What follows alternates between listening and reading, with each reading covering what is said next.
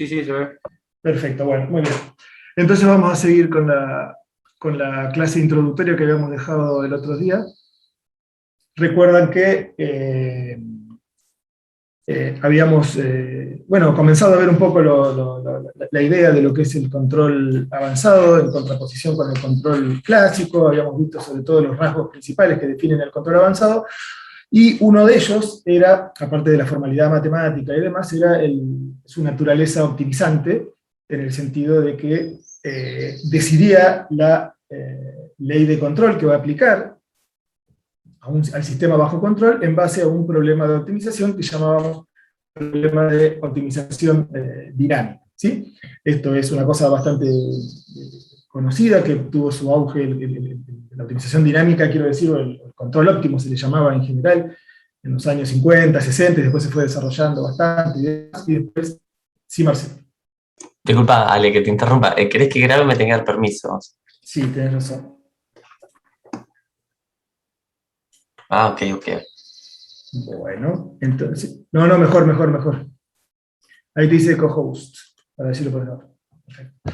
Bien, les decía entonces. Recording in progress.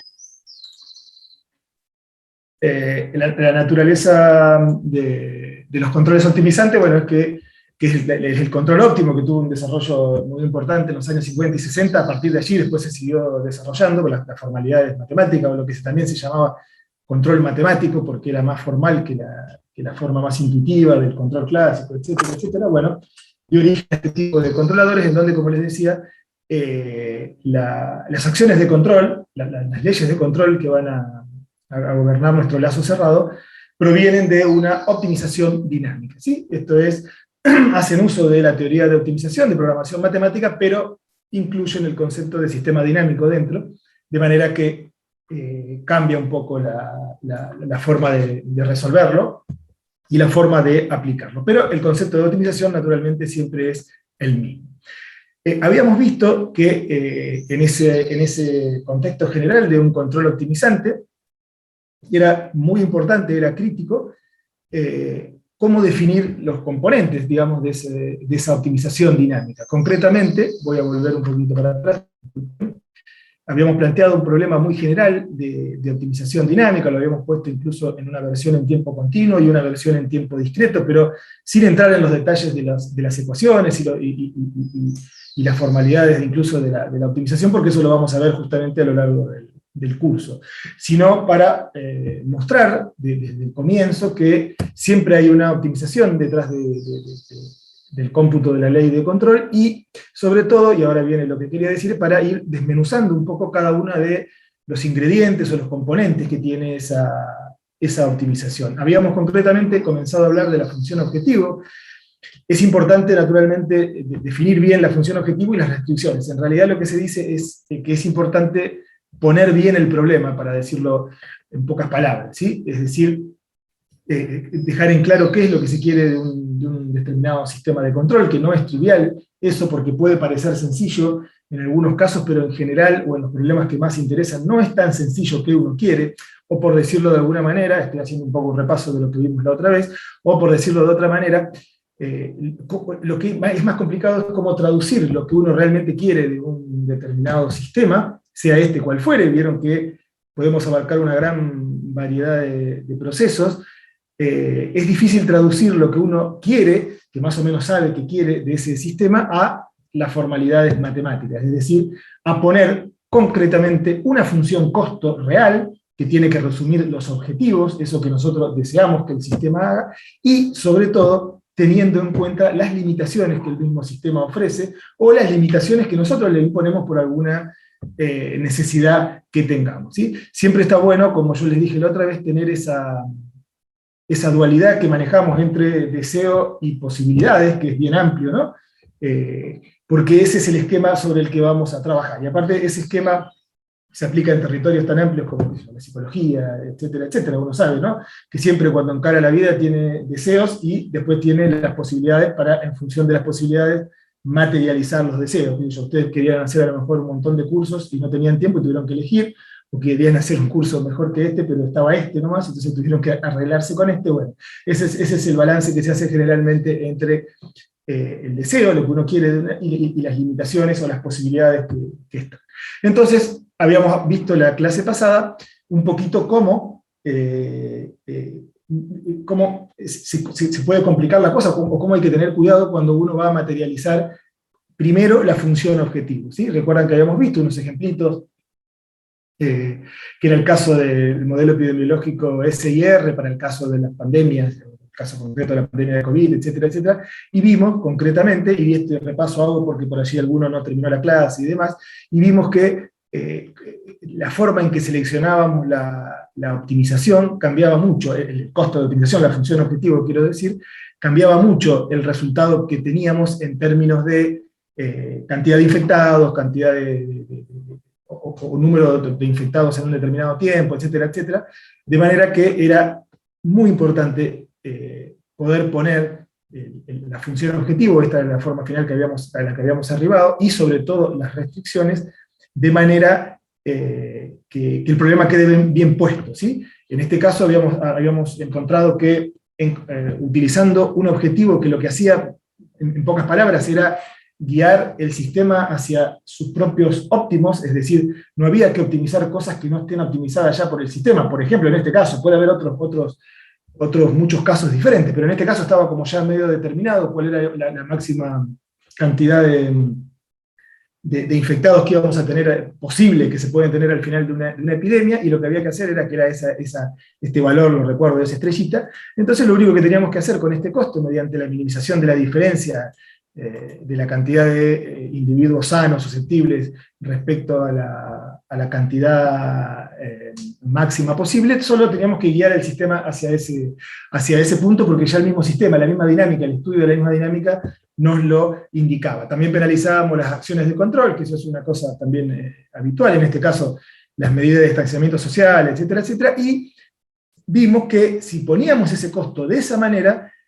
era dable, o era posible, incluir una restricción de tipo dura que además nos garantizara que el número de personas infectadas en cada tiempo sea siempre menor que un máximo que estaba dado por la capacidad hospitalaria, etcétera.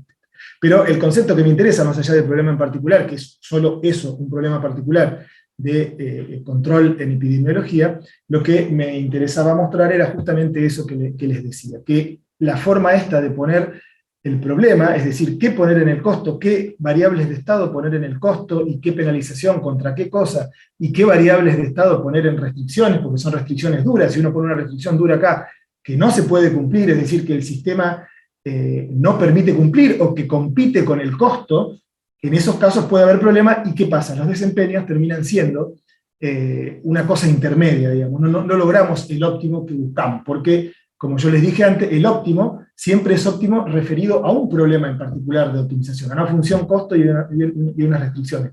Que encontremos el óptimo para un problema de optimización, perfecto, es el óptimo, pero eso no quiere decir que sea el óptimo de acuerdo a lo que nosotros deseamos, ¿sí? Entonces, en ese juego de cómo materializar el problema, cómo ponerlo en la forma de un problema de optimización, hay bastante para decir. Bien, entonces, habiendo hablado de la función objetivo, cuya conclusión más o menos general es que esa función objetivo no es trivial en general y que debe tener en cuenta las posibilidades dinámicas del sistema en general, ahora vamos a pasar a la otra parte, que es el manejo de las restricciones, ¿sí?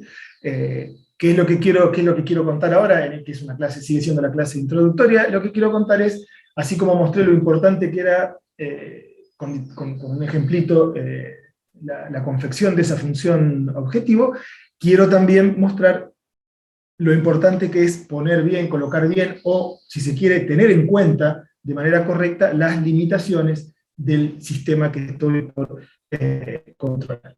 Primero voy a hacer una pequeña definición, que esta es una definición más propia nuestra, digamos, no es lo que van a encontrar por allí, pero tiene un sentido, y es la definición de saturación, pero de saturación como imposibilidad de alcanzar un objetivo, ¿sí? Ustedes tienen, si más o menos tienen alguna relación con control o con alguna cosa similar, verán que la definición o la palabra saturación se utiliza cuando una variable está sobre sus límites, ¿sí? Bien, Nosotros vamos un poquito más allá con eso, y para nosotros vamos a llamar saturación a, a algo más que solo el hecho de que una variable, en este caso sobre todo, pónganse para hacerse la idea, la variable de control, es decir, cuando uno controla, siempre necesita un gasto de algo, en general, ¿sí? Una cosa que no es gratis en el sentido económico en muchos procesos, pero en el sentido general no es gratis, digamos, en el caso de las epidemias, el distanciamiento social nunca es gratis, siempre tiene consecuencias negativas, digamos, ¿no? El suministro de medicamentos en general, desde el suministro de insulina, el suministro de antivirales, etcétera, etcétera, nunca es gratis suministrar, no solo por el costo económico, sino porque puede dañar al paciente, etcétera, etcétera. Entonces, imaginémonos, para empezar, ese tipo de variables, las variables de entrada que tienen un costo. Siempre tienen límites las variables, ¿sí? Sobre todo las variables de entrada, vamos a ver que no existen prácticamente problemas de control en donde las variables no tengan límites. Es una irrealidad pensar que las variables de control son ilimitadas. Siempre en los problemas que uno maneja, esas variables están limitadas por cuestiones de riesgo, por cuestiones de físicas, etcétera, etcétera. Bien, entonces, esos límites, uno puede tener la variable sobre ese límite, pero para nosotros eso todavía no va a significar que esté saturada. Va a significar que esté saturada dentro del contexto del problema de optimización si esa condición de que la variable esté sobre el límite implica que los objetivos no pueden ser alcanzados, y no de otra manera. Entonces voy a poner la definición un poco más formal. Supongamos que tenemos un sistema de control y una variable X, cualquiera, imagínense en lo que yo les mostré, puede ser una variable de estado, una variable de entrada. Si quieren hacerlo más sencilla a la comprensión, pueden incluso imaginarse solo la variable de entrada. Y esa variable, vamos a decir que esa variable pertenece a un conjunto, en general compacto, dentro de, acá dice Rnx, bueno, es el espacio que le es propio, no importa qué espacio es, ¿no? Espacio vectorial. Entonces vamos a decir que la variable x esa está saturada si pertenece a la frontera del conjunto de valores permitidos, que lo vamos a denotar con esta forma, es decir, la partial x, eso significa que está en la frontera, en los bordes del conjunto, y además que eso implica que los objetivos de control no pueden ser alcanzados. Dicho de otra manera, si los objetivos de control pueden alcanzarse, ¿sí? Es decir, después vamos a ver que generalmente lo que nosotros queremos hacer con un objetivo de control es ponerlo, por ejemplo, en cero, es decir, que el cero de la función objetivo se corresponda con la condición objetivo alcanzado, ¿sí? Entonces, si los objetivos de control pueden alcanzarse, es decir, por ejemplo, yo puedo llevar esa función costo a cero, y para ello tengo que ubicar la variable en uno de sus valores límites, eso no lo vamos a considerar nosotros como una saturación propiamente dicha. ¿Por qué? Porque es una posibilidad, o sea, los límites están dentro de una de las posibilidades. No es que nos quedamos sin variable para lograr el objetivo, ¿sí? Nosotros queremos llamar saturación a eso, a cuando nos quedamos sin variable para lograr un objetivo. Equivalentemente, se podría decir que dado un sistema de control, una variable está saturada si bajo las mismas condiciones, es decir, yo planteo el mismo problema de optimización, pero le saco las restricciones, ¿sí? Hace que los valores de esa variable tome valores, bueno, acá está puesto en términos de saturación, lo voy a leer bien. Equivalentemente se podría decir que dado un sistema de control, una variable está saturada si bajo las mismas condiciones, la ausencia de restricciones, es decir, cuando saco las restricciones del problema, hace que la variable tome valores estrictamente fuera del conjunto de valores permitidos, ¿sí? La idea es que vamos a hablar siempre, como dice allí, de saturación respecto de objetivos determinados, no de respecto de la variable en sí. Es decir, la variable existe, tiene sus límites. El hecho de que la variable llegue a su límite, solamente eso no me alcanza para, según nuestra definición, para decir que esa variable esté saturada, ¿sí? Y van a ver que tiene sentido eso en lo que nosotros vamos a tratar, sobre todo en control predictivo y demás, y en el concepto de control optimizante, porque justamente como ese tipo de control ve las restricciones desde el comienzo, hay veces que las usa, es decir, hay veces que usa los límites como valores posibles porque es lo óptimo, ¿sí? Para optimizar alguna cosa, y eso no es necesariamente que lo está saturando, sino que está usando todos los valores posibles que tiene de una determinada variable. Esto cuenta tanto para las variables de estado como para las variables de entrada, pero bueno, dejo claro ese concepto de saturación. Bien, y ahora vamos a ver cómo las restricciones van a a afectar distintos aspectos de la dinámica de los sistemas. Acá quizá hay que irse un poquito más atrás y especificar, y esto ya iría más para un curso de sistemas dinámicos o el estudio de los sistemas dinámicos en sí. Históricamente los sistemas dinámicos se han estudiado sin tener en cuenta las restricciones, o mejor dicho, las restricciones se han tomado, o las limitaciones de sus variables, se han tomado como una cosa que venía a posteriori, digamos, ¿no? Estaba la dinámica, la forma en que las variables se comportan según la dinámica, primero, ese era el estudio, y después venían las restricciones. Es decir, no se lo consideraba como parte del sistema dinámico, históricamente estoy diciendo. Bueno, con el correr de los años se fue entendiendo que no era correcto ese enfoque, es decir, las limitaciones son parte intrínseca del sistema, o sea, las limitaciones de las variables del sistema son parte intrínseca en la descripción del sistema, tanto como la dinámica, tanto como saber si es un sistema de primer orden, de segundo orden, tanto como saber sus constantes de tiempo, que son cosas propias de la dinámica. De modo que, si uno realmente quiere describir y conocer un sistema dinámico, ya sea mediante un modelo, no importa, tiene que tener en cuenta las restricciones y las tiene que tener en cuenta desde el comienzo, ¿sí? No es una cosa que viene a posteriori, sino que es una cosa que hay que considerarla en todo momento. Bien. Los sistemas dinámicos tienen conceptos que ya vamos a ir incluso precisando un poco más, pero que son bastante intuitivos, tipo el concepto como voy a tratar ahora, que es el concepto de controlabilidad. Es decir, el concepto de controlabilidad lo que busca es responder a la pregunta de ¿qué tanto puedo hacer yo con un sistema determinado desde el punto de vista del control? Digamos, ¿no? Es decir, yo tengo una entrada y una salida, una entrada de control y un sistema. ¿Qué tanto me permite el sistema que yo le haga con la variable de control? ¿Sí? Eso es lo que me dice la controlabilidad. Por ejemplo, ¿puedo llevar cualquier estado de un determinado punto a otro? Bien, ese tipo de preguntas es lo que me responde la controlabilidad. Después está el concepto de estabilidad, que es un poquito más complejo, pero que también es intuitivo, lo vamos a precisar más adelante en el curso, pero que también es intuitivo, y que tiene que ver con una cierta robustez, con que si pequeñas perturbaciones de la entrada se corresponden con pequeñas perturbaciones de salida, pero bueno, lo vamos a precisar más adelante. Bueno, nada, lo que vamos a ver es cómo la contemplación de las restricciones, ¿sí?, ya desde el comienzo afectan esos conceptos de los sistemas dinámicos, ¿sí? Es decir, afectan la controlabilidad, afectan la estabilidad, y después, un pasito más adelante, cuando ya le metemos el control a ese sistema dinámico, vamos a ver, con algunos ejemplitos, cómo las restricciones afectan la optimalidad de una manera particular, ¿sí? Y en definitiva, cómo afectan, que es lo que nos importa, cómo afectan el desempeño de nuestros controladores. ¿Sí? El hecho de que nuestros controladores se desempeñen mejor o peor. En este sentido, lo que vamos a ver es cómo la contemplación explícita de restricciones, y no solo el hecho de dejarlas que existan, van a hacer que mejore sustancialmente los desempeños de los controladores. Pero bueno, vamos de a poquito. Entonces, vamos a poner el caso de la controlabilidad, de sistemas inestables con restricciones, ¿no? Hemos definido todavía lo que es estabilidad, nosotros tratamos de ser rigurosos con las definiciones y demás, después ya van a ver que las vamos a recorrer una por una, pero aún así, sin definir lo que es inestabilidad, o lo que es estabilidad, mejor dicho, uno más o menos sabe de qué se trata, y sabe que un péndulo invertido es un sistema inestable, casi el sistema inestable por antonomasia, que se utiliza para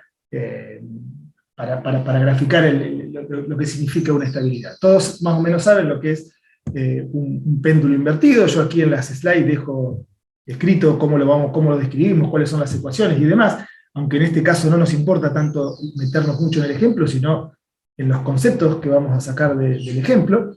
Pero nada, a los fines didácticos voy a decir que nuestro péndulo invertido se compone de una masa, que es un carrito en realidad, tiene aquí el péndulo, o en este caso es una barra de lo que fuera, ¿sí?, que tiene aquí una bisagra, es decir, que se puede girar, y yo mediante una fuerza externa al sistema, es decir, una fuerza que hace mover el carrito de masa M mayúscula para adelante y para atrás, yo tengo como objetivo de control mantener esta barra en posición vertical, ¿sí? Bien, y tenemos distintas variables que van surgiendo, el ángulo de desviación respecto de la vertical, la posición del carro, y bueno, y constantes que tienen que ver con la inercia del péndulo, la masa del carro y la fuerza. Bueno, la fuerza no es, es la entrada, digamos, no es un parámetro, el coeficiente de fricción del carro, la masa del péndulo, etcétera, etcétera. Bueno, se puede hacer un modelito con este sistema. Estas son las ecuaciones, no hace falta que nos metamos en detalles, pero para el que las quiera ver o quiera hacer una simulación y jugar un poco con esto, lo dejo ahí expresado. Esas son las ecuaciones diferenciales que me generan, que obtengo a partir de las ecuaciones de movimiento, de las ecuaciones de Newton del péndulo invertido. Hacemos una reordenación, bla, bla, bla, trabajo un poco las cosas, lo dejo escrito allí, y la cuestión es que esto es en tiempo continuo, tenemos derivadas. Yo puedo hacer una discretización mediante un muestreo con retenedor de Orden cero, después vamos a ver los detalles de eso, es decir, lo que hago es hacer un sampling, un muestreo de las variables, considerando que el control no es una función continua, sino que es una función constante a trozos, digamos, ¿no? Bueno, vamos a ver esos detalles después. Lo cierto es que podemos terminar en este sistema en tiempo discreto, es decir, un sistema muestreado. Estas variables acá serían, en realidad tendrían que decir, bueno, estas variables tienen el nombre con el punto y todo, porque lo que queremos decir es que las variables de estado que vamos a tener en este sistema van a ser la posición y la velocidad del carro, ¿sí? Posición y su derivada, que es la velocidad, es decir, no quiere decir que acá las variables son la derivada. Estoy poniendo x punto para no poner velocidad, pero en realidad es la velocidad, posición y velocidad del carro, y posición y velocidad angular de la barra, que es nuestro péndulo invertido. Entonces tenemos un sistema de 4 estados, esos son los estados, y como les había dicho, la fuerza constituye la variable u de entrada. ¿Sí? Entonces yo, mediante la fuerza, mediante la aplicación de la fuerza en el carro, lo que tengo que lograr es mantener la barra en forma vertical. Ante posibles perturbaciones, viene al viento y me empuja la barra, o viene alguien y la empuja, y yo tengo que tener la suficiente capacidad como para poder volverlo a poner en posición vertical. Bien, ya les describí lo que era la posición, los estados, y lo que son lo que es la entrada, que es la fuerza que estoy aplicando, y si queremos elegir una variable de salida, que es decir, la que se quiere controlar, vamos a elegir dos de los estados, que son la posición del carro y la posición angular del péndulo, ¿sí? Es decir, lo que nosotros queremos va a ser, lo que vamos a querer es, yo les dije mal, no solamente mantener la posición vertical del péndulo, sino también vamos a querer que el carro esté en una determinada posición, en un X determinado, ¿sí? Las variables de entrada, además, y como suele ocurrir en todos los procesos reales, tienen limitaciones, es decir, yo no tengo una fuerza infinita, por más sistema que haga en un laboratorio con una super fuerza o lo que fuera, siempre va a tener una limitación la fuerza que yo voy a poder aplicar, tanto para un lado como para el otro. Esto lo modelamos con esta función que se llama función de saturación. Como están las variables adimensionalizadas, vamos a hacer que vaya entre 1 y -1, pero esta función saturación, este es el nombre de la función, no refiere al concepto que nosotros vimos de saturación, lo que me está diciendo es que yo solo puedo aplicar fuerzas entre 1 y -1, ¿sí? Tanto para acelerar como para acelerar para el otro lado, para frenar o para tirarlo para atrás. Esto quiere decir que si yo quiero imponerle al carro una fuerza, si mi control, por ejemplo, o la acción que yo quiero hacer me indica que tengo que poner una fuerza mayor a 1, no lo va a hacer, sino que va a quedar clavada en 1. Por eso se pone la función saturación para modelar el efecto de las limitaciones en el sistema real. Entonces, este sistema que habíamos escrito de esta manera, con una U libre y genérica acá, ahora lo vamos a escribir de esta manera, es decir, ya la U no es libre, sino que la U pasa por la función saturación con límite 1. Esa función saturación 1 significa que va entre -1 y 1. Esto quiere decir que esa acción de control va a tener valores posibles entre 1 y -1 solamente. Entonces ahora lo que queremos ver es la controlabilidad, es decir, las posibilidades de control que tenemos con este sistema así, incluida la función de saturación. Entonces, para ello lo que vamos a hacer es simular el lazo cerrado utilizando un control arbitrario. No estoy especificando todavía qué control estoy usando, ¿sí? Porque el concepto de controlabilidad justamente del sistema es independiente del control, es del sistema dinámico y sus restricciones. Y vamos a ver qué ocurre. Entonces, en la figura que sigue mostramos la evolución de la salida. Esto es, como les dije, la posición del carro y el ángulo del carro, y la entrada del sistema, es decir, la fuerza que yo le aplico al carro para lograr esos objetivos, para dos tipos diferentes de controles, cuando lo que se busca, el objetivo de control, como les decía, es buscar compensar una perturbación inicial en el péndulo. Voy a mostrarle mejor con las gráficas. ¿Qué es lo que ocurre aquí? Imagínense, acá tengo el ángulo, y acá tengo la posición. El ángulo, por alguna razón, sufrió una perturbación, es decir, yo estaba con el carrito y con el péndulo en forma vertical, y vino alguien que quería molestar, y lo empujó un poquito, y lo hizo variar un ángulo de, no importa las unidades, 0,1. ¿Sí? Es decir, no está en 0, no sale de 0, sino que sale de 0,1 porque justamente fue perturbado. Entonces ahí entra el controlador, en este caso lo que quiere hacer es una regulación, y la regulación, ¿en qué consiste? Consiste en intentar dos cosas. Llevar el ángulo nuevamente a 0, recuerden que el ángulo era el ángulo respecto a la vertical, yo quiero mantener el péndulo en posición vertical, y no me acuerdo si había, no me acuerdo si había un objetivo para el caso de la posición, creo que no necesariamente, pero bueno, otro objetivo podría ser también que, además de dejarlo vertical, poner el carro otra vez en posición, en la posición en donde estaba, digamos, ¿no? En la posición de 0, que es un 0 arbitrario, que es una posición relativa, digamos. Bien, entonces, fíjense que ante esta condición inicial, es decir, la condición inicial es solamente que el ángulo inicial está perturbado, vale 0,1, yo lo que quiero es volver la cosa a la posición vertical. Simulé dos controles. Repito, no importa qué control, es un control de tipo óptimo, obviamente nosotros lo tenemos programado y hice las simulaciones y tal, pero no importa por el momento el tipo de control. Entonces, esos dos controladores eran uno más exigente, en términos muy generales, y uno más conservador. Más exigente, ¿qué es lo que está diciendo? Y bueno, que va a tratar de lograr ese objetivo de forma más rápida en este caso. Es decir, le va a dar con mayores valores de fuerza, lo va a manipular al carrito para poder justamente lograr el objetivo de control, que es volver el péndulo a su posición vertical. Entonces, ahora, bueno, si recorremos un poquito más las variables, acá tenemos la entrada, en realidad tendría que haberle puesto la fuerza, porque la entrada es la fuerza, para darle más sentido físico, y como verán, tenemos los límites para la fuerza, 1 y -1. En rojo está el control agresivo, en azul está el control más conservador, ¿sí? El control que lo hace más suave a todo el movimiento. Claramente se puede ver, creo que está dicho acá, se puede ver acá que los dos controladores tienen comportamientos satisfactorios, en el sentido de que, evidentemente, con distintas evoluciones transitorias, pero tienen el mismo resultado, satisfactorio en el sentido de que logran llevar el ángulo hasta su valor 0, ¿sí? Es decir, logran compensar la perturbación, manteniendo la posición en un valor estacionario. Acá en este caso va a otro valor distinto.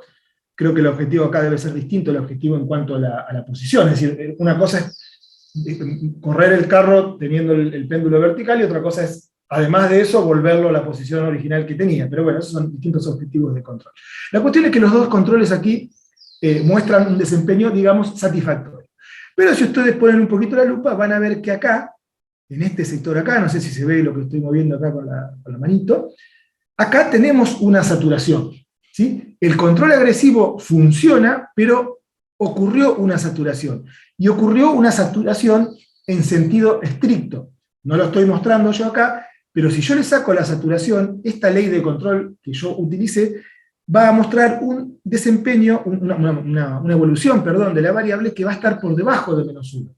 Porque evidentemente esa ley de control agresivo quiso usar, ¿sí? Quiso usar controles, en este caso quiso hacer retroceder el carro, quiso poner una fuerza de -1, perdón, una fuerza negativa, pero de valores más chicos que -1. ¿Sí? Entonces, en este caso hubo una saturación en sentido estricto, que es lo que está escrito por aquí, ¿no? Como se observa, si bien el controlador más exigente satura en sentido estricto la variable, ambos controladores resultan en un comportamiento estable y aceptable, digamos. Pero ya estamos viendo algo acá, que hay una saturación propiamente dicha.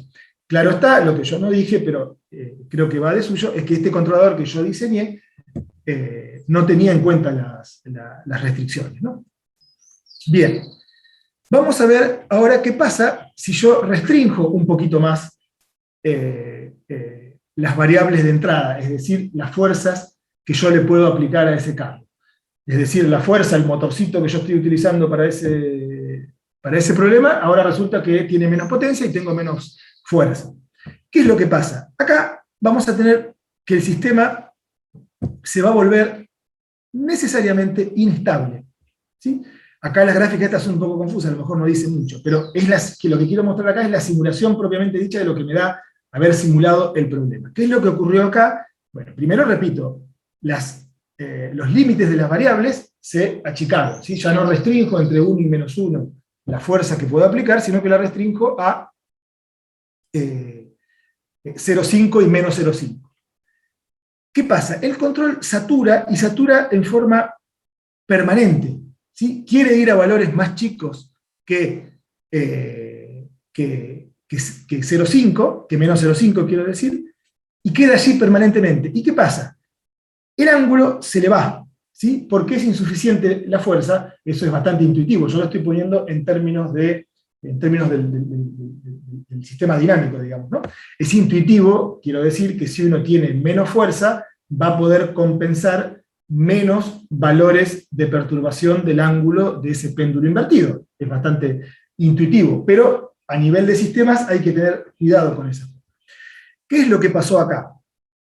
Lo que pasó acá es que al restringir estas variables de entrada, aún más de las que la tenía restringidas desde el comienzo, lo que se modificó fue el espacio o el dominio de atracción del lazo cerrado o del sistema. Es decir, los estados que yo puedo, las perturbaciones que yo puedo compensar ahora se redujeron muchísimo más. Es decir, yo probablemente pueda compensar una perturbación del ángulo de 0,05, pero no de 0,1.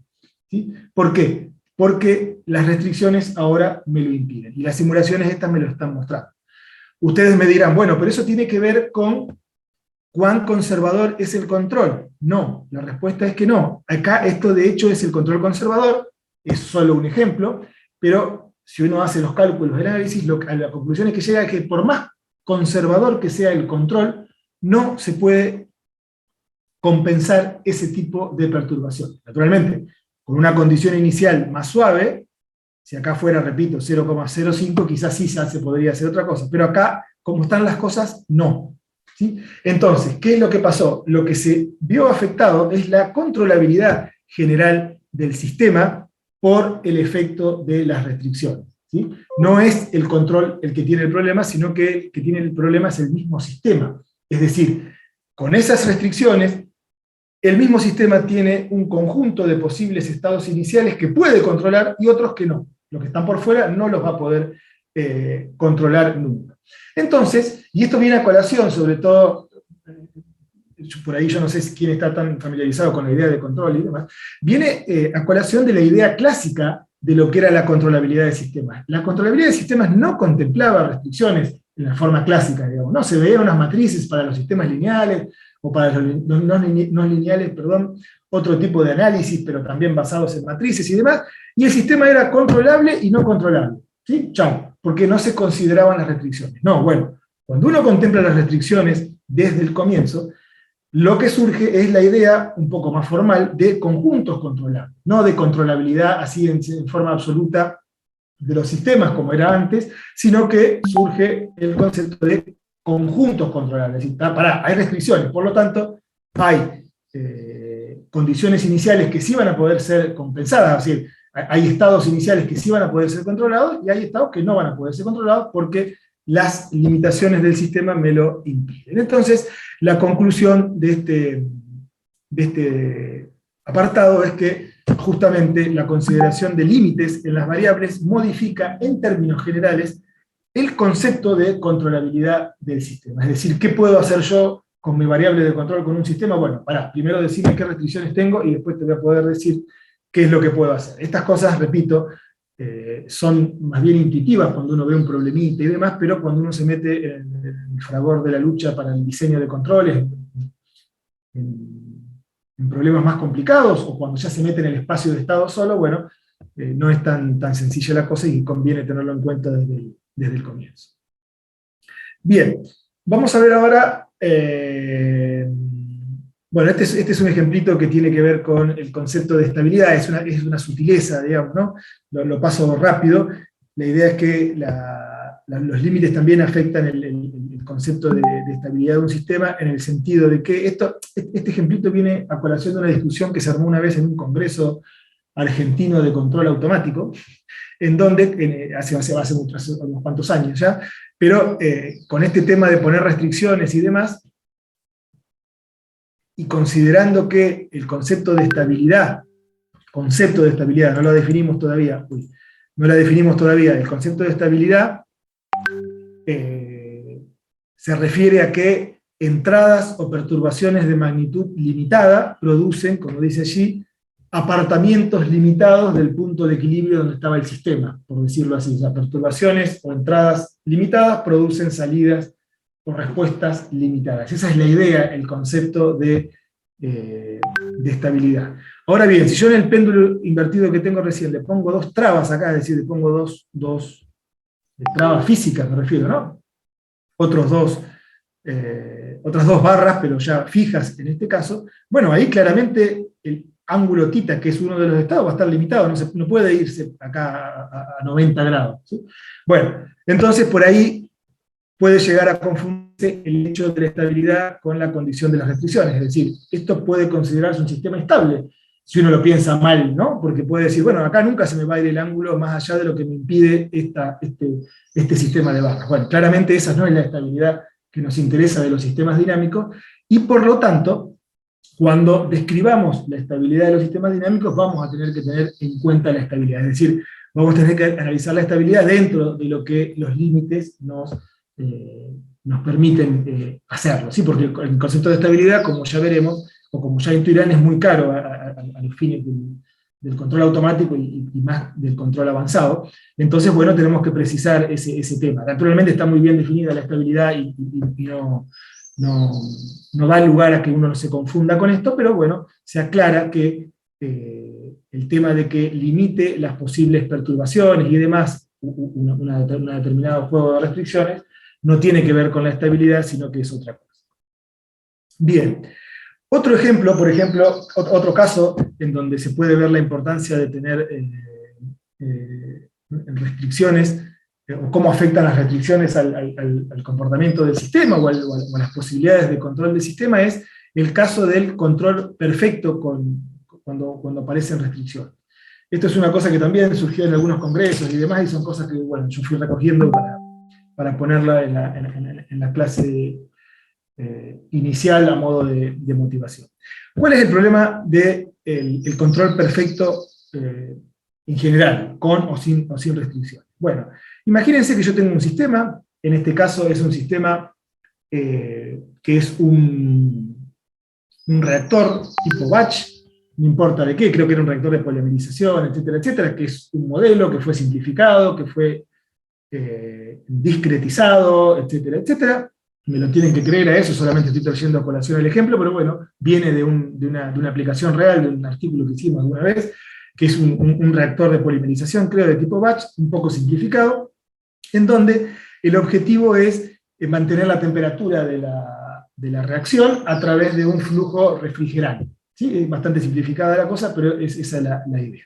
Ahora bien, ¿qué es lo que pasa en este tipo de reactores? ¿Sí? De tipo de tipo batch. Lo que uno tiene que hacer es seguir un perfil de temperatura determinado y específico, que es este. Fíjese, primero tengo una temperatura, bueno, acá no importa las unidades, ¿no? Está adimensionalizado, pero tiene que tener un valor constante, después tiene que crecer en forma lineal la temperatura de la reacción, después tiene que quedar constante, después tiene que hacer otro pico más, o una subida más, y después bajar de golpe, no, pero con una cierta pendiente. ¿Qué pasa? La receta de esa reacción indica que con este perfil de temperatura se optimizan los productos que salen del reactor, digamos, ¿no? Bien, entonces, el objetivo del control, ¿qué es? Mediante un flujo refrigerante dentro del reactor, tratar de que la temperatura en la reacción siga exactamente este perfil. Este es un ejemplo, ¿sí? Otro ejemplo que no he tenido tiempo de simularlo y de hacerlo, que por ahí le gustaría más, que sería más mecánico, más de robótica, es el seguimiento de trayectorias en el caso de un robot, o de un dron, o de un avioncito, digamos. No, un avioncito es más complicado, pero ese es el típico caso. Es decir, yo tengo un dron y quiero que, no sé, un dron para monitorear una zona específica. José, que está en la parte de defensa, o tiene contacto, según lo que escuché, con la parte de defensa y demás, tiene intenciones de hacer un recorrido por alguna zona para vigilancia, que, bueno, tiene que recorrer un determinado camino, y ese camino está especificado, digamos, ¿no? Bueno, es más complicado porque hay varias formas de hacerlo, con path following o con trajectory tracking, son distintas cosas, pero imagínense la idea de que quiere seguir un camino exacto. Bueno, eso es más o menos la idea del problema que estamos poniendo acá. Es decir, el objetivo de control ya no es guiar el sistema hacia un punto determinado, como antes. Antes, lo que habíamos visto en el caso del péndulo invertido, era queríamos llevar el θ a 0 y el x a un valor estacionario, chau. No, acá no. Acá la cosa se está moviendo permanentemente y queremos que uno de estos estados que está acá, es una combinación de los dos, que es la salida, que es la temperatura del reactor, perdón. Queremos que siga este perfil exacto de temperatura, o que lo siga lo más cercano posible, porque sabemos externamente al problema que si sigue ese perfil de temperatura, la reacción va a ocurrir de manera óptima, ¿sí? Bien, ahora la pregunta que surge es, yo con este sistema dinámico lineal, que no tiene nada de raro, incluso es estable, bla, bla, bla, yo puedo seguir ese perfil, sobre todo que tiene quiebres aquí, ¿no? Estas son cosas que están hechas medio a mano, el perfil deseado, y acá tiene quiebres esto acá, digamos, ¿no? Bueno, ¿qué es lo que pasa? La pregunta que surge es, ¿se puede hacer un control perfecto? ¿El sistema solo me deja que yo haga el control perfecto? Bueno, la respuesta teórica, naturalmente, es que sí. Siempre se puede hacer el control perfecto, al menos en sistemas lineales, estoy hablando para dejar la cosa más acotada. Es decir, bueno, acá opera una discretización, por lo tanto, si uno hace una lupa acá, no estamos siguiendo en forma perfecta, sino muy, muy aproximada. Pero si la discretización se hace cada vez más chica, es como que lo puedo aproximar arbitrariamente, haciendo unas acciones de control también arbitrariamente discontinuas. No es la palabra correcta, pero bueno, ¿qué es lo que quiero decir? Fíjense, acá tenemos la entrada, que es el líquido refrigerante a la reacción, y acá tenemos o sea, esto es una válvula, la entrada es una válvula que yo dejo pasar más o menos líquido refrigerante. Y esta es la temperatura que yo obtengo, al menos según mi modelo. Fíjense que si yo tengo unas acciones de control absolutamente agresivas, acá no estoy mostrando unidades, a lo mejor lo que podríamos hacer para mejorar el ejemplo es mostrar justamente las unidades, pero acá lo que estoy haciendo es llevar esos valores de flujo a valores prácticamente irreales, digamos, ¿no? Es decir, que ningún sistema físico, si yo le pongo unidades, esto me está recontrasaturando todo el sistema, ¿sí? Le estoy pidiendo que abra, que cierre la válvula de manera, primero, para que la cierre y la abra de 0 a 1 de manera instantánea, por eso el tema de que le estoy pidiendo más cosas de lo que el sistema puede hacer, y sobre todo, más allá de las eventuales discontinuidades que me parecería que son imposibles en la práctica, me está poniendo valores también que son muy elevados, ¿sí? Es decir, me está poniendo valores de refrigeración, por decirlo de esa manera, que no son posibles alcanzar en los sistemas físicos. Pero, ¿cuál es el punto? El punto es que si yo realmente le permito cualquier cosa a la variable de entrada, la dejo libre, ¿sí? En teoría yo puedo hacer ese seguimiento perfecto. Si yo esto lo llevo a continuo, lo que me va a dar, un sistema en tiempo continuo, lo que me va a dar va a ser unas brutas discontinuidades, y sobre todo me va a hacer que las variables vayan a valores demasiado altos como para poder ser aplicados. Pero en teoría, la cuestión es que se puede seguir en forma perfecta esa trayectoria, incluso con este tipo de quiebres que tenemos acá, siempre y cuando le permitamos saltos infinitos a las variables, que ahí es donde está el problema. Acá tenemos graficado la temperatura, en rojo y en línea de puntos está la referencia, y en azul está la temperatura, que se superponen porque estoy mostrando que es posible lograr ese control perfecto. Ahora bien, vamos a empezar a ponerle un poquito más de realidad a las cosas. Ahora voy a restringir la variable u, estos valores vienen medio, tendría que explicarlo un poquito mejor, pero bueno, lo saqué de un ejemplo que tenemos en un artículo y demás. Le voy a poner valores de máximo y mínimo más realistas a las variables u, solamente de máximo y mínimo, ni siquiera le estoy poniendo condiciones en su derivada, acá no hay derivada porque estamos en tiempo discreto, pero ni siquiera le estoy poniendo restricciones en cuánto puede saltar, digamos, porque yo no puedo pasar una válvula de 0 a 1 instantáneamente, porque si lo hago muy seguido se rompe. Generalmente lo tengo que ir subiendo de a poco en los sistemas reales, ¿sí? Solo por ahora voy a ponerle límites en los máximos y mínimos valores de u. Es decir, le pongo que la u, en lugar de ser más menos infinito los valores, o sea, que no tenga restricciones, que fíjense que va hasta 30 por acá abajo, hasta menos 30 por acá abajo, le pongo menos 13 y más 13, que son valores arbitrarios, por el momento no importan los valores numéricos. Pero fíjense que acá sí, justamente, si yo simulo, la cosa empieza a saturar, o sea, el sistema empieza a saturar, es decir, el control quiere ir a valores claramente, como lo hizo acá, porque es lo mismo, quiere ir a valores más grandes que mayores a 13 y menores a menos 13, pero no puede. Entonces, ahora sí, el desempeño comienza a ser ya bastante más deficiente, sobre todo en esta parte de acá. Ya no estoy siguiendo esa trayectoria de manera perfecta, y no solo que no la estoy siguiendo de manera perfecta, y por allí el punto importante está en esto que voy a empezar a decir ahora, sino que la está siguiendo bastante mal, digamos, ¿no? Acá claramente podría haber hecho cosas mejores, incluso con esas restricciones, pero con el control que estoy aplicando no lo ha podido hacer. Para complicar más las cosas y darle un toque más realista todavía, ahora le vamos a poner restricciones, como les decía, en delta U. Delta U es el salto que puede dar la U, la acción de control, en este caso la apertura de las válvulas, que me indica que yo no puedo pasar de abierto a cerrado a la válvula en un paso, sino que tengo que ir en varios pasos para poder hacerlo. Entonces, en ese caso, si yo le pongo esas restricciones de máximo y mínimo delta U, fíjense qué respuesta tengo. Empeora muchísimo más el desempeño del controlador. Es decir, la temperatura ya empieza a seguirla bien de lejos, la temperatura de la reacción empieza a seguir bien de lejos ese perfil de temperatura ideal que yo tenía como meta, como objetivo, ¿sí? Bien, entonces ahí lo que estamos viendo es que estas cuestiones del control perfecto y demás no tienen que ver, porque por ahí, bueno, esto también viene a raíz de discusiones que se han armado en congresos, y que yo cuando estaba más en boga todo esto del control avanzado, etcétera, etcétera, de que la pregunta era, ¿el control perfecto se puede hacer con un sistema dinámico? ¿O es la misma dinámica la que te impide lograr un control perfecto o no? Bueno, pues en principio se pensaba que sí. Claro, gente que se dedicaba al control, los sistemas dinámicos y todo. No, la dinámica no te deja hacer esta evolución. Y no es así. No es la dinámica la que no te lo deja hacer. O no te lo deja, para decirlo más formalmente, la dinámica te permite aproximarlo tanto como vos quieras a ese control perfecto, ¿sí?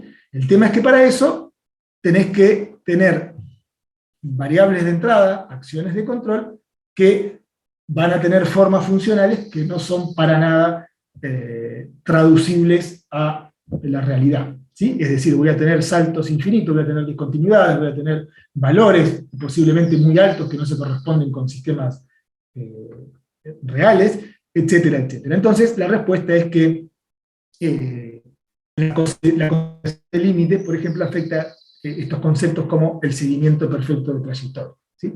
Esto, repito, tiene muchas aplicaciones y quizás interesantes o más lindas de mostrar en todo lo que es robótica, lo que es control de vehículos aéreos o control de robots, no sé, por ejemplo, para el tema de riego en los campos, y que yo, hay mucha gente que trabaja en control de ese tipo de cosas. Bueno, el seguimiento de referencias o de trayectorias tiene que ver con eso.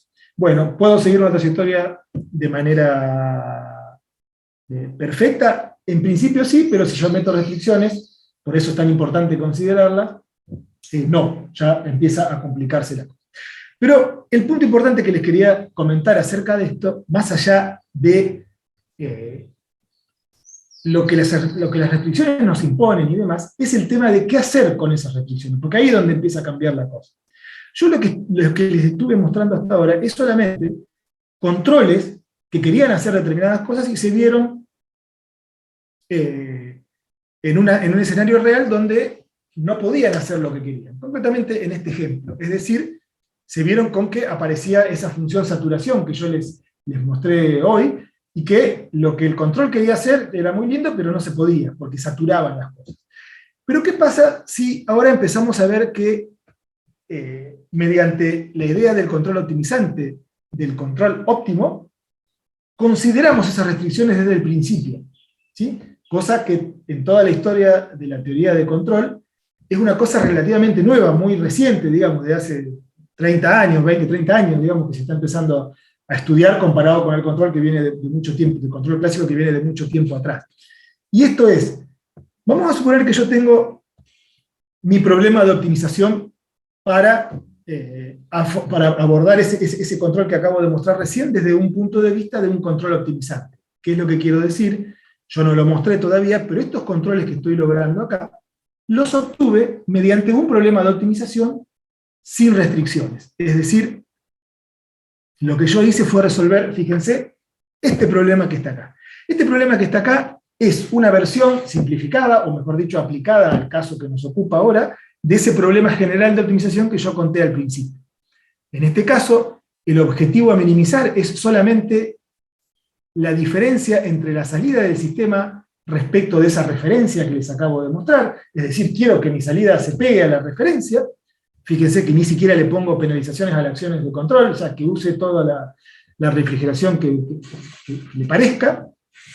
Y, naturalmente, yo tengo que, como esta función va a depender de las acciones de control que yo tome, o sea, yo tengo que minimizar esta función con una secuencia de valores de control, y naturalmente lo que me vincula la secuencia de acciones de control con la salida es el sistema, por lo tanto lo tengo que considerar, digamos, ¿no?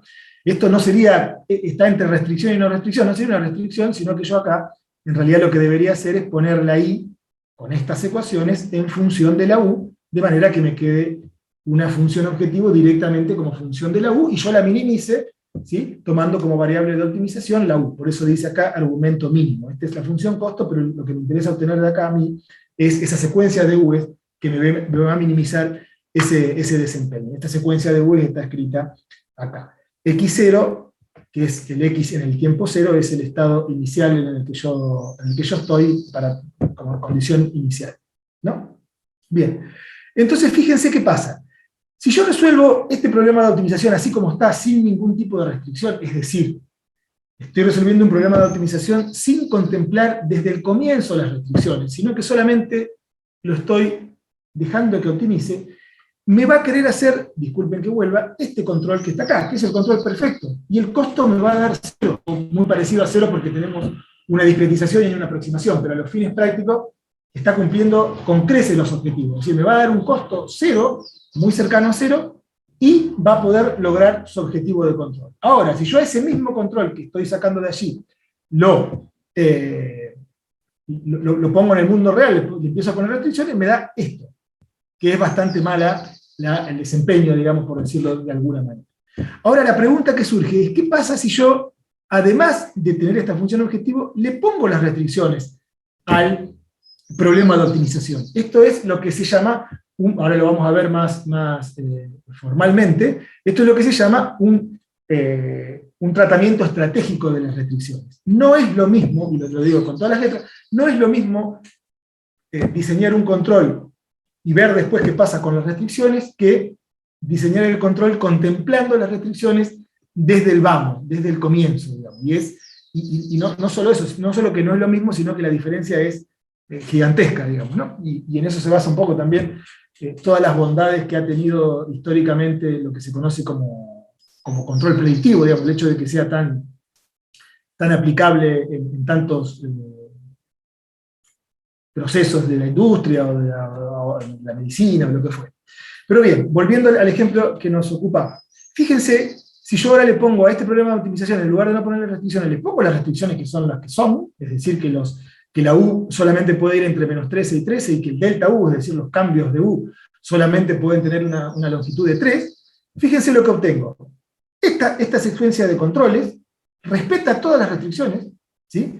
Es decir, no pasa ninguna, porque justamente yo calculé el óptimo teniendo en cuenta esas restricciones, y si bien no sigue exactamente la referencia, porque las limitaciones justamente me ofrecen limitaciones, no puedo seguir perfectamente la referencia, tengo un desempeño muchísimo mejor que el que tenía con el control óptimo que no veía las restricciones. Es decir, estoy comparando este desempeño, que es real, no es cero el costo en todo tiempo, claramente, porque acá tengo un apartamiento, pero es bastante aceptable, y lo estoy comparando con esto, ¿no?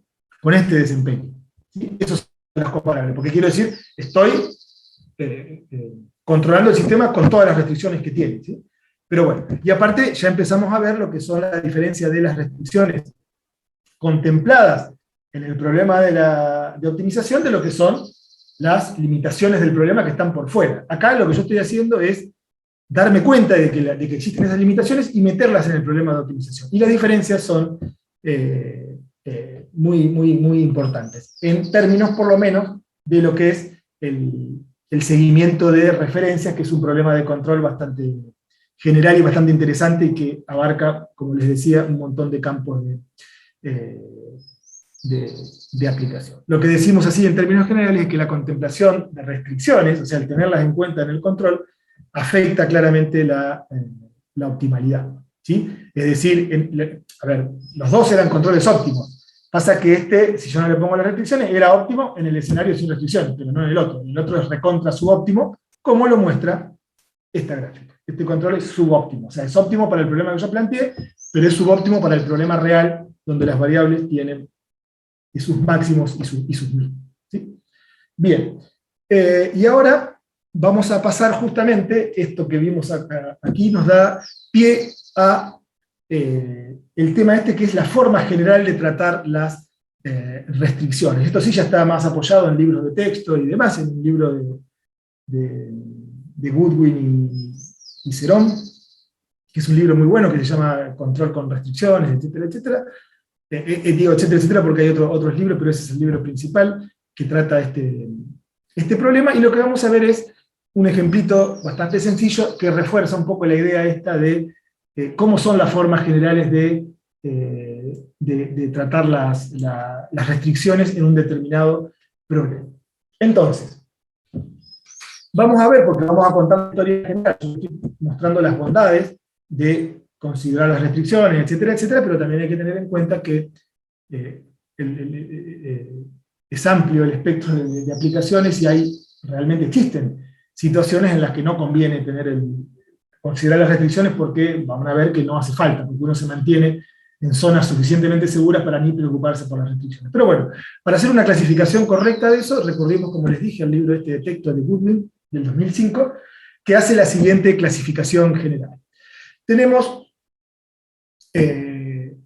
una forma de abordar, o un diseño, una forma de abordar las restricciones que se llama el diseño cauto, que según ese método lo que se hace es evitar directamente la activación de restricciones mediante una, como dice allí, reducción deliberada de las exigencias de desempeño. Es decir, lo que se hace es ex profeso hacer controladores más conservadores, menos exigentes, ¿sí? Para que no se sature el sistema, es decir, para que estemos siempre lejos de la restricción. La desventaja obvia de esta estrategia claramente es la pérdida de desempeño. ¿Qué es lo que pasa? Nosotros estamos, y más en lo que es el control avanzado, estamos en un mundo donde siempre queremos sacar lo máximo posible de un determinado sistema. Y no solo por una cuestión económica cuando lo esté aplicando en una refinería, o porque en el reactor, o lo que fuera, sino por otras cuestiones, digamos. Yo lo que quiero son desempeños óptimos. Yo quiero controlar la epidemia de COVID, como vimos el ejemplo, utilizando la menor cantidad posible de distanciamiento social, para decirlo, o las menores exigencias en cuanto al distanciamiento social, porque es costosísimo eso, porque trae problemas para la gente, etcétera, etcétera. Entonces, en el ambiente del control avanzado, optimizante, yo siempre quiero los mejores desempeños, los desempeños óptimos, por diversas razones. Ahora, este diseño cauto claramente va en contra de eso, porque justamente lo que yo estoy haciendo es, y bueno, mantenerme en la zona de confort, en la zona seguro, mediante una reducción de las exigencias, es decir, estoy perdiendo performance. ¿Sí? Es decir, esto viene también un poco de una concepción antigua del control, que obviamente sigue operando, es decir, a lo mejor yo estoy, y esto lo traigo a colación también por alguna experiencia y demás, en una refinería, la gente de YPF que estaba en la parte de optimización y control, y qué sé yo, cuando uno empieza el diálogo con ellos, y qué sé yo, obviamente que les importa el desempeño porque hay dinero detrás, pero también tiene cuestiones de seguridad. Entonces le tienen tanto miedo a las restricciones, porque ahí la saturación de una variable puede implicar que una reacción en cadena de explosiones, de cosas por aumento de temperatura, que se arma el gran lío y explota una refinería completa, como ha ocurrido no en YPF, pero sí en Petrobras, según yo tengo entendido, por una inestabilidad. Entonces, los operarios en general, cuando tienen poco conocimiento de la planta, tienen tanto temor a los límites de las variables que ellos mismos ajustan los controles para mantenerse en una zona segura, lejos de las restricciones, pero ¿qué pasa? De esa manera no optimizan la producción, por ejemplo, de nafta liviana, cuando la nafta liviana está en su tope de precio, digamos, lo cual le hace perder dinero a la empresa. Entonces, bueno, es una estrategia, pero hay que tener en cuenta dónde usarla, cómo usarla, porque hay pérdida de desempeño.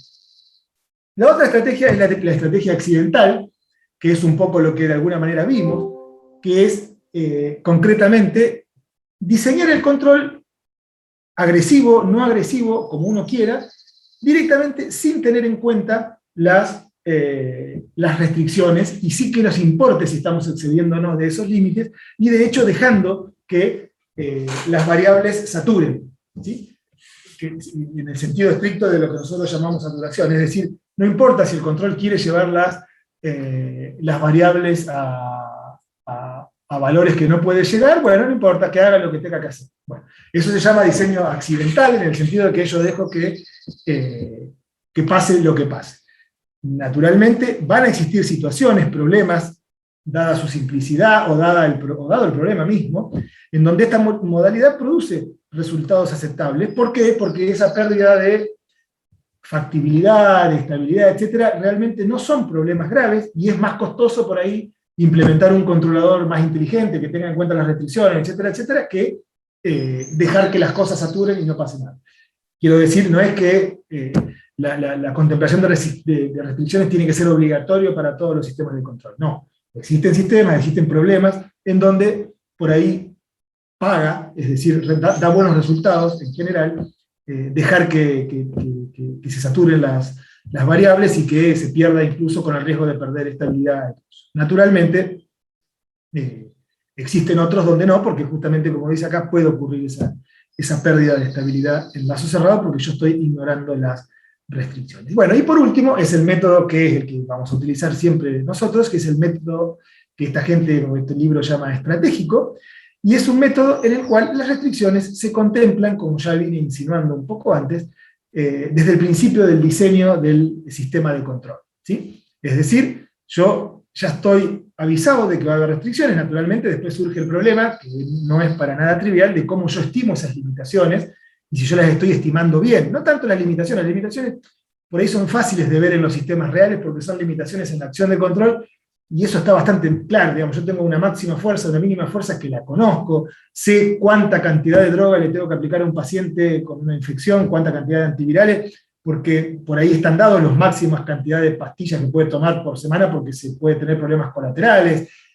bueno, etcétera, etcétera. Generalmente los valores de los límites están dados, pero como hay incertidumbre de modelo, o sea, puede haber una desconexión con esas cosas. Es decir, quiero decir, contemplar las restricciones desde el comienzo, como dice acá, pero ojo que yo puedo tener incertidumbre en cuanto a conocer las restricciones y demás. Después eso se lo va a ver en general en el capítulo de control robusto, pero aquí todavía no estamos en eso, estamos en un mundo nominal, si se quiere, donde se conoce todo, entonces el diseño estratégico justamente consiste en contemplar las restricciones desde el principio del diseño, porque abreva en esa forma de análisis de sistemas dinámicos que dice que la descripción del sistema dinámico no se agota con justamente tener las ecuaciones diferenciales que me describen la dinámica, sino que también deben desde el comienzo tener en cuenta los límites que tienen las variables, además de las ecuaciones diferenciales que me lo describen, es decir, la dinámica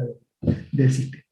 Bien, la forma general de lograr esto es ¿cómo? Incluyendo en el problema de optimización, como yo ya lo hice desde el comienzo, pero ahora le estoy poniendo una lupa, incluir esa restricción, ¿sí? En el problema de optimización. No solamente, para decirlo mal y pronto, no solamente incluir la parte de deseo, sino que incluir la parte de posibilidades. No solamente incluir en el problema de optimización lo que yo quiero, sino incluir desde el vamos qué es lo que puedo, no solo lo que quiero. ¿Por qué? Porque en el conocimiento de lo que puedo voy a poder refinar más eso que deseo para tener mejores resultados en definitiva.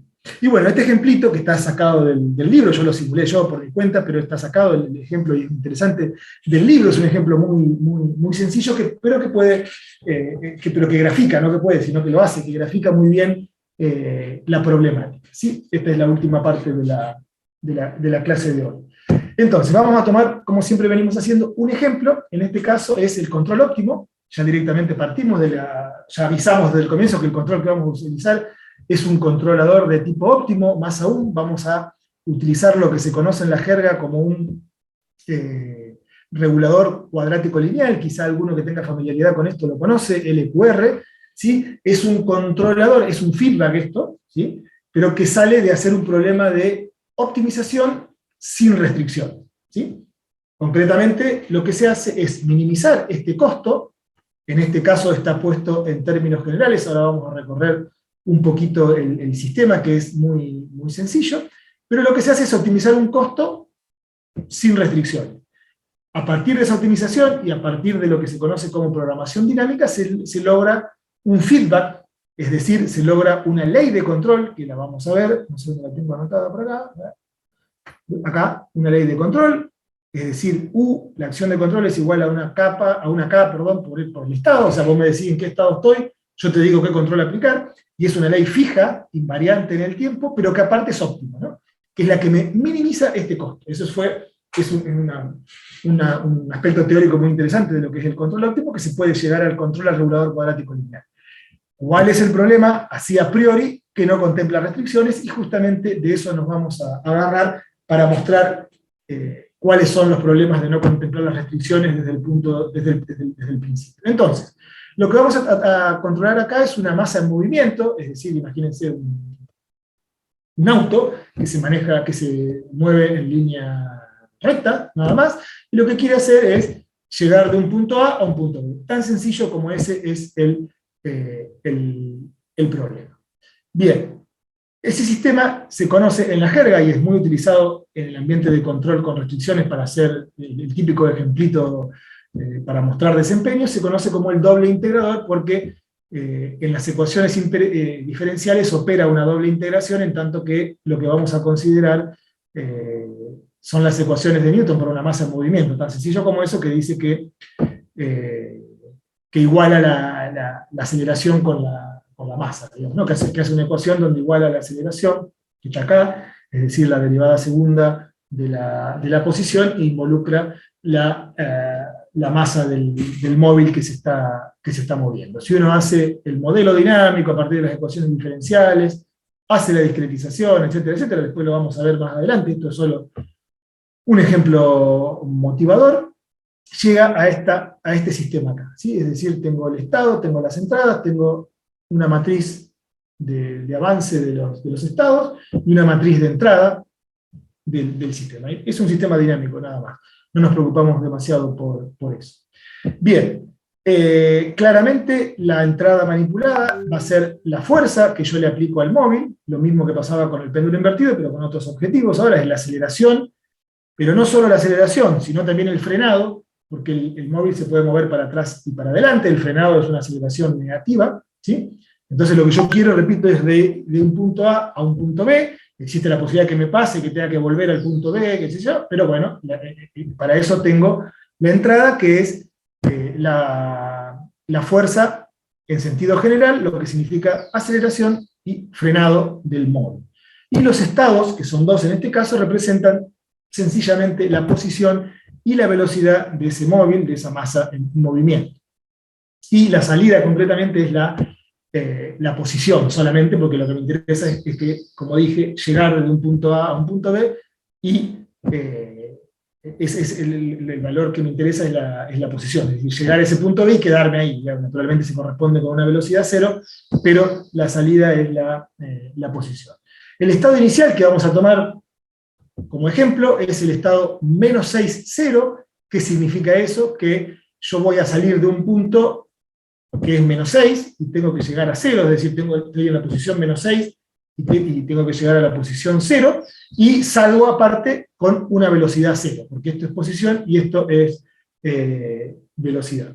Además, vamos a suponer que en la realidad vamos a ir jugando, metiendo y sacando, existen límites para los actuadores, es decir, para la fuerza que yo voy a ir aplicando. En este caso, existen límites de aceleración y existen límites de frenado, que es lo que pasa si uno pone el ejemplo del auto, sencillamente un auto, digamos, sacando las fricciones, sacando todas las cosas.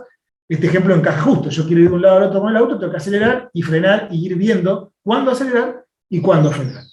Claramente, las posibilidades de aceleración de cualquier auto real son limitadas, y sobre todo, las posibilidades de frenado también son limitadas, porque no puedo frenar ilimitadamente.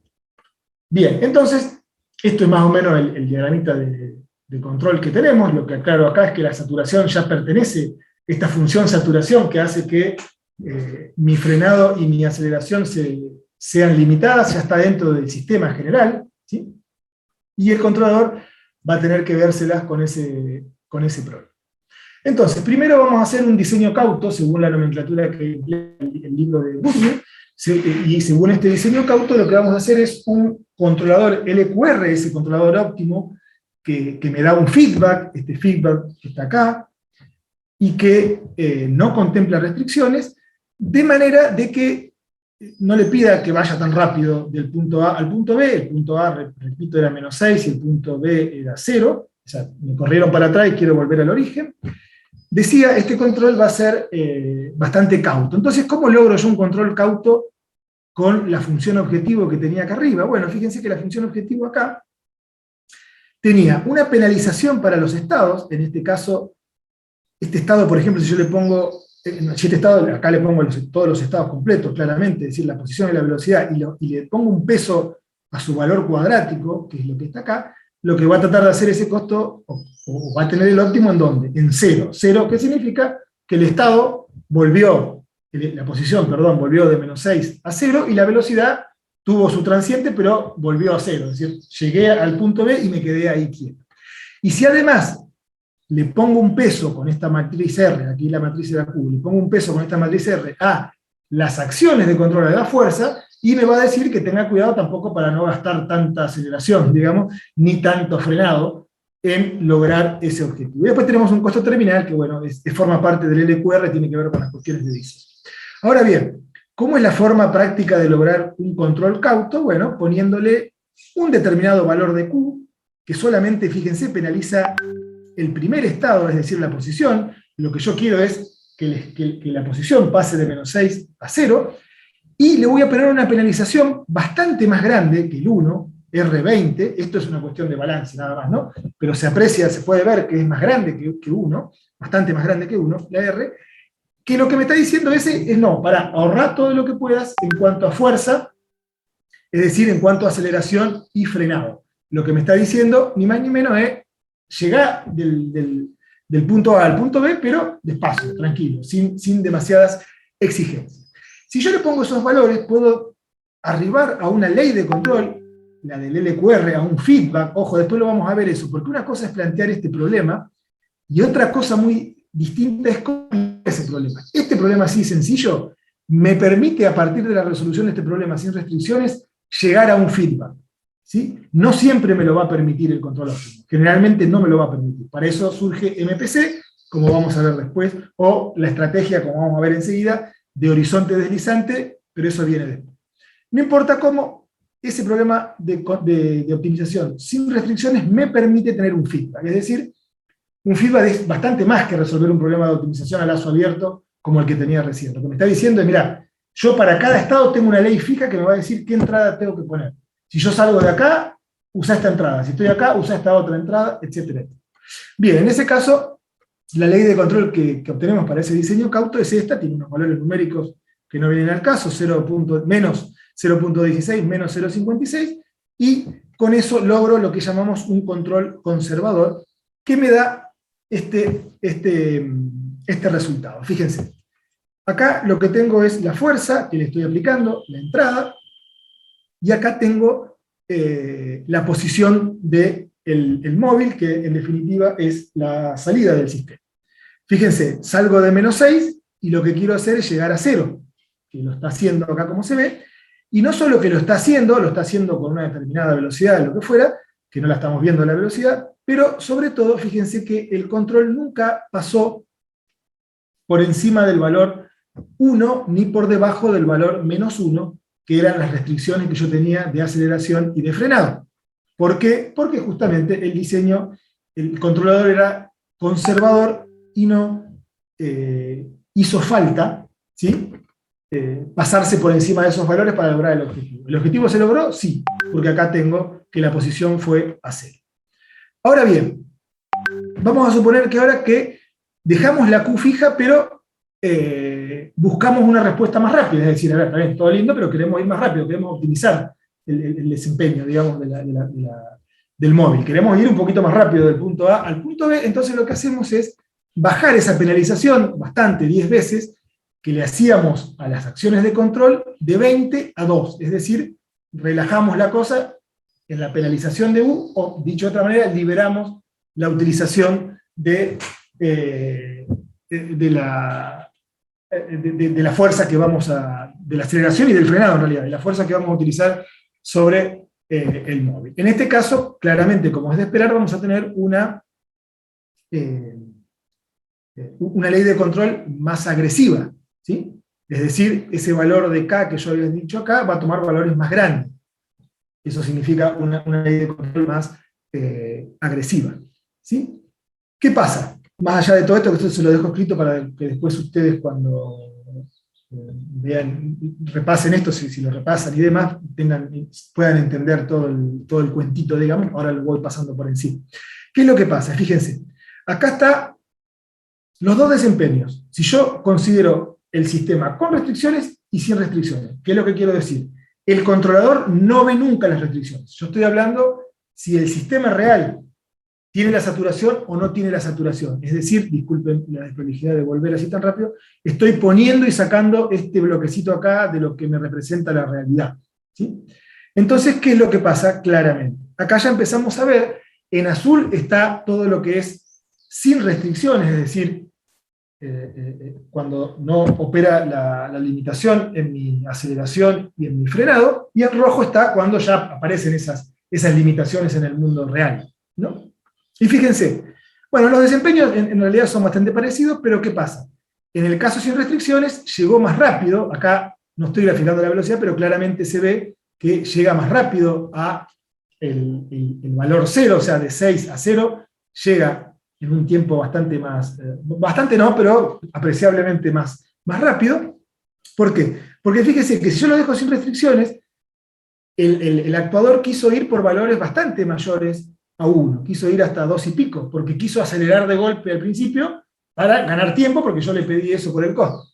Sin embargo, cuando lo puse en una situación real, ¿qué pasó? Aquí saturó, en el sentido estricto, la variable de entrada, la fuerza, y quedó saturada en 1 un buen tiempo, hasta que después volvió a lo que se llama zona lineal, y logró compensar las cosas y llegar hasta el valor de fuerza 0. Ojo que la fuerza tiene que terminar en 0 sí o sí, porque si no, el móvil se me quedaría moviendo y yo quiero llegar a una posición y quedarme en esa posición. Entonces, claramente ya vemos que acá empezamos a tener saturación de las variables.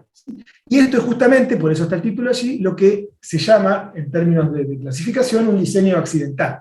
Yo le mandé, hice un diseño óptimo sin contemplar las restricciones desde el principio, pero ya empiezo a tener consecuencias. Digamos. Acá me aparece una saturación. Yo creía que iba a tener el desempeño azul, de hecho la optimización fue pensada para tener el desempeño azul, y resulta que con la realidad, lo que me puso la realidad, tengo el desempeño que me está mostrando la curva roja. Esto yo lo estoy mostrando en forma gráfica, para hacerlo en lo posible, lo más didáctico posible, y para hacerlo un poco más entretenido, pero estas cosas lo bueno es ver índices, ¿sí? Valores numéricos que me pongan, no sé, el área bajo la curva de las evoluciones, es decir, en este caso la diferencia con cero que yo tengo aquí de la posición y demás, para ver numéricamente que la cosa se empieza a complicar. Bien, si seguimos con el diseño accidental, es decir, seguimos con el LQR, que es un control que no ve restricciones, y queremos más desempeño todavía, queremos hacer la cosa más exigente, decimos, bueno, vamos a seguir, porque aparentemente, como lo cuenta en el libro así, que hace todo el cuento, aparentemente la cosa no funciona mal, porque mejoró la cuestión, o sea, esta roja, aún con restricciones, fue bastante mejor el desempeño que esta azul, porque le disminuí la penalización R, es decir, porque lo hice más agresivo al control. Y bueno, ya que estamos ahí, vamos a pedirle un poquito más, ¿sí? En la vocación ambiciosa de llegar más rápido, le vamos a pedir un poco más. Bajamos un poco más la R y la ponemos en 0.1, es decir, queremos que vaya con todo, que sea rapidísimo la evolución del móvil desde el punto A al punto B. Entonces, en ese caso ya tenemos un control bastante más agresivo. Y lo que vamos a ver es que el diseño accidental, acá, en este caso, ya empieza a producir problemas, desempeños no deseados, ¿sí? ¿Qué es lo que quiero decir? Y acá estoy mostrando con y sin restricciones. Fíjese, sin restricciones, si el mundo fuese ideal, si yo no tuviera la saturación, el móvil llega rapidísimo a la posición que tiene que llegar. Tiene un pequeño sobreimpulso, ese pequeño sobreimpulso en posición significa que se pasa de la meta, acá había creo que un dibujito, sí, acá, es decir, si el móvil está acá, se pasa de la meta y tiene que volver, eso es lo que significa ese pequeño sobreimpulso que tenemos acá, pero está dentro de lo posible, la cuestión es que el tipo llegó rápido, digamos, ¿no?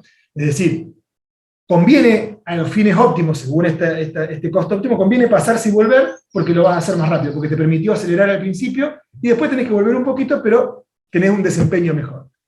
Eso en el caso ideal sin restricciones.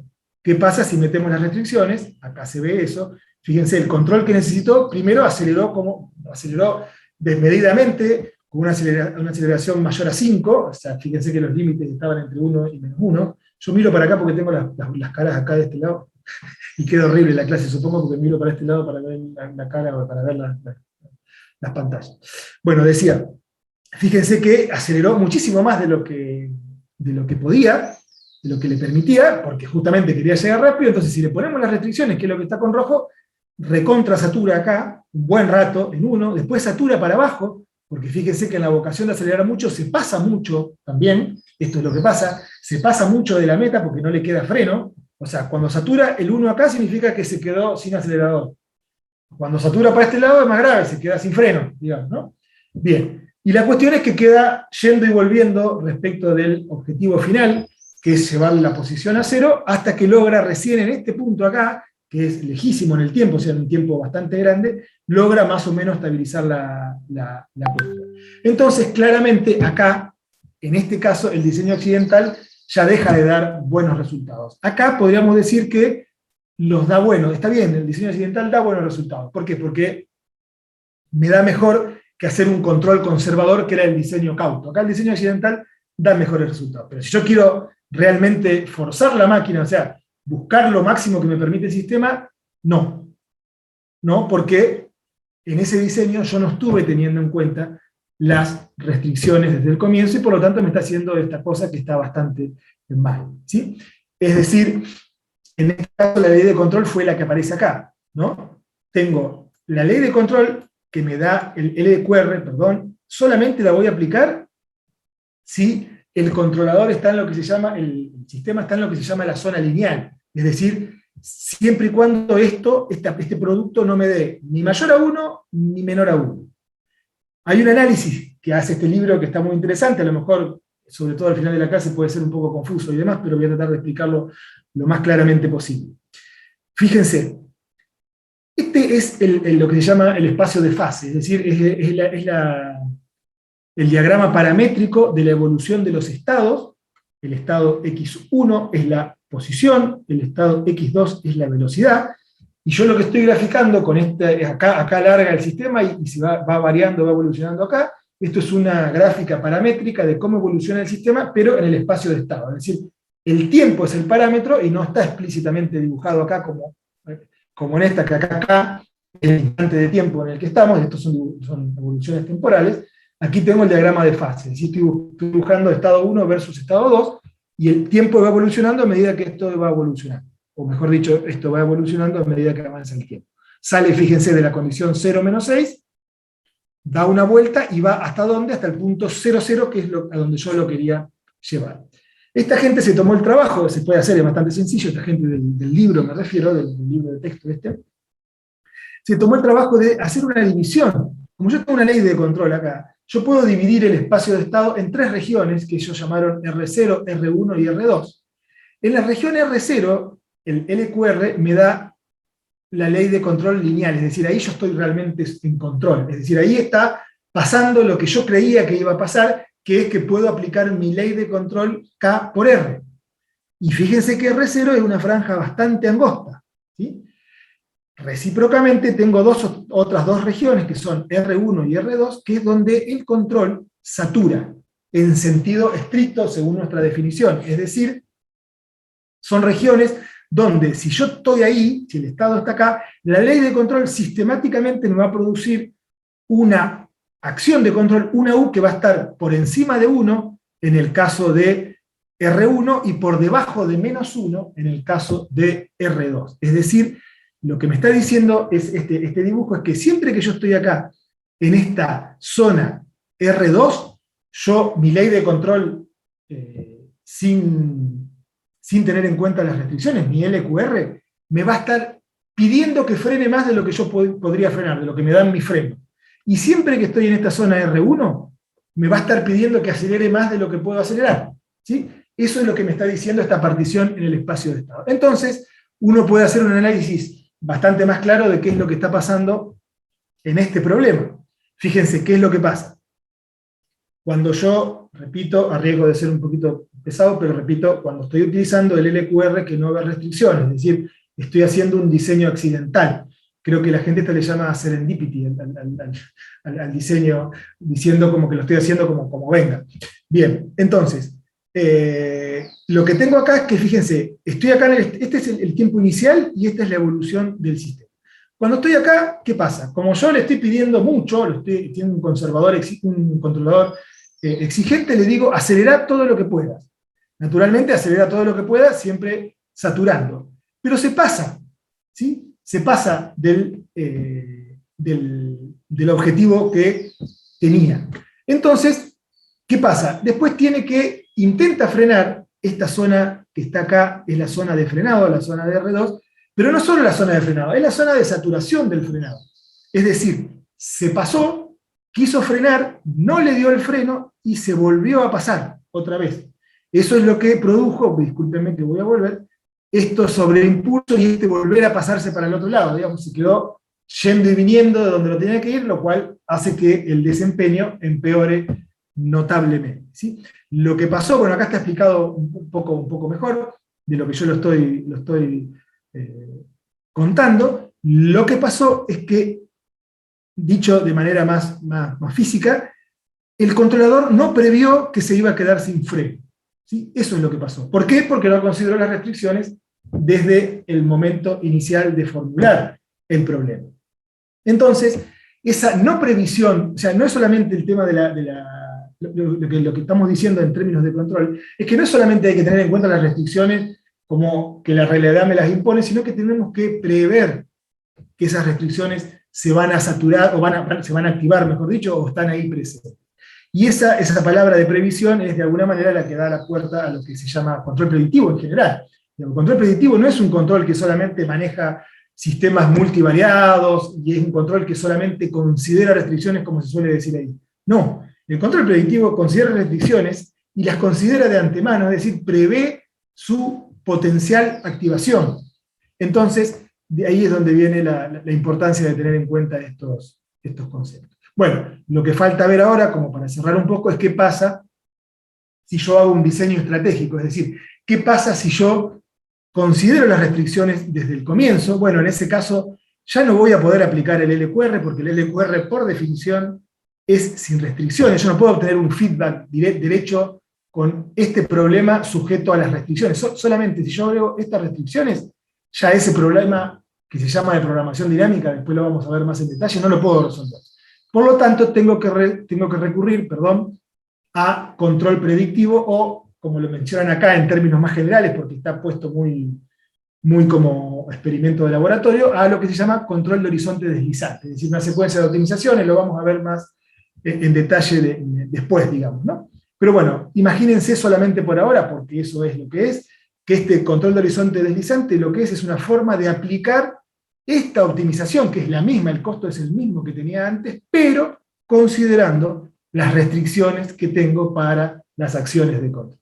Bien, en ese caso, más allá de que acá está toda la explicación de cómo se implementa y todo, que después lo vamos a ver muy en detalle en las otras clases, les muestro cómo queda el desempeño, ¿sí? Fíjense, en azul está el LQR anterior, es decir, el diseño accidental, el LQR sin restricciones, que tenía, recuerden, sobre impulso, se pasaba, volvía, se quedaba sin freno, bla, bla, bla.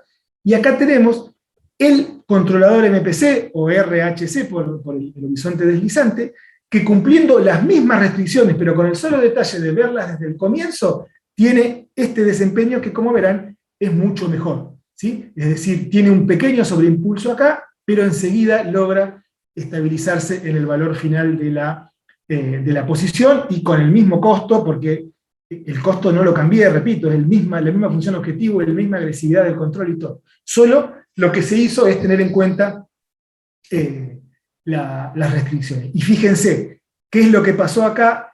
La estrategia de horizonte deslizante previó que se iba a quedar sin frenos, y solamente lo que usó fueron los límites de las variables, es decir, a ver cómo lo puedo decir para que no se preste a confusión. Acá ustedes están viendo que las dos variables, la roja y la azul, la roja pertenece al MPC, la azul pertenece al LQR. Están viendo que las dos variables están en los límites. Sin embargo, según nuestra definición de saturación, que fue con lo que comencé la clase y con lo que la cierro, la roja no está saturando, mientras que la azul sí está saturando. ¿Qué es lo que quiero decir? El LQR nunca supo que había restricciones y se está queriendo pasar de las restricciones y se encontró con las restricciones. Por lo tanto, está saturando, ¿sí? El MPC no está saturando, está sabiendo que puede usar la fuerza hasta 1 y solamente la está usando, porque es lo que el control le indica que haga.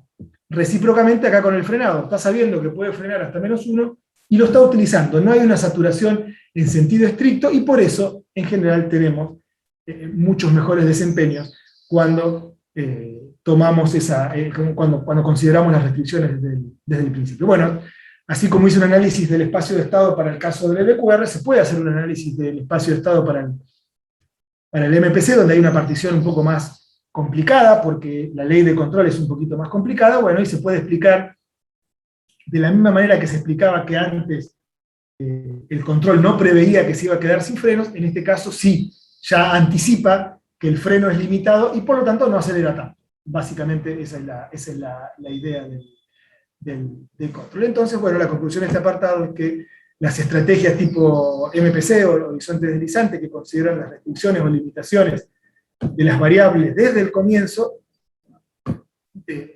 redundan en un diseño estratégico y por lo tanto redundan en desempeños mucho mejores de los controladores, ¿sí? Entonces, bueno, nada, un poco la idea era esa, en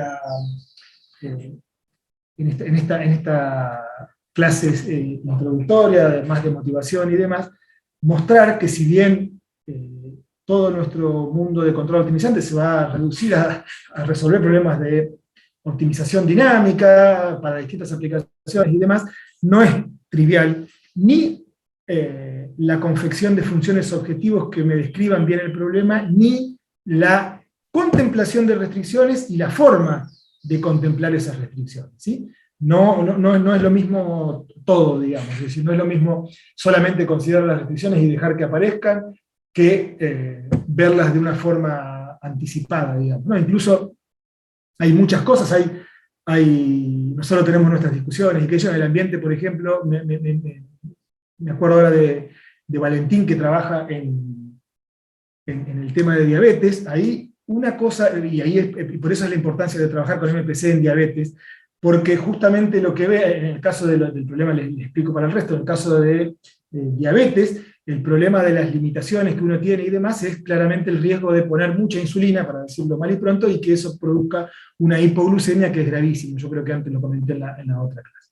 Entonces, una cosa es poner un controlador cualquiera, un PI, lo que fuera, qué sé yo, y después ponerle por fuera herramientas que por ahí andan dando vuelta, tipo Safe o cosas así, que lo que hacen es tratar de acomodar las cosas para que no saturen o para que no ocurran episodios hipoglucémicos, pero una vez que el control ya tiene la ley de control, eso es una cosa, es un diseño como se ve acá, se podría encajar en lo que es el diseño cauto, ¿sí? O el diseño accidental en algunos sentidos, porque primero calculan la ley de control y después a posteriori tratan de recortarla un poco o de bajarle los decibeles, o de hacerlo menos conservador al control, para que no ocurran episodios hipoglucémicos. Eso es totalmente distinto que hacer un MPC, que se usa mucho, de hecho, dicho sea de paso, el MPC en diabetes. ¿Por qué? Porque el MPC contempla las restricciones desde el comienzo, entonces ya sabe que va a haber un episodio de hipoglucemia si aplica mucha insulina, y no la aplica, porque lo prevé,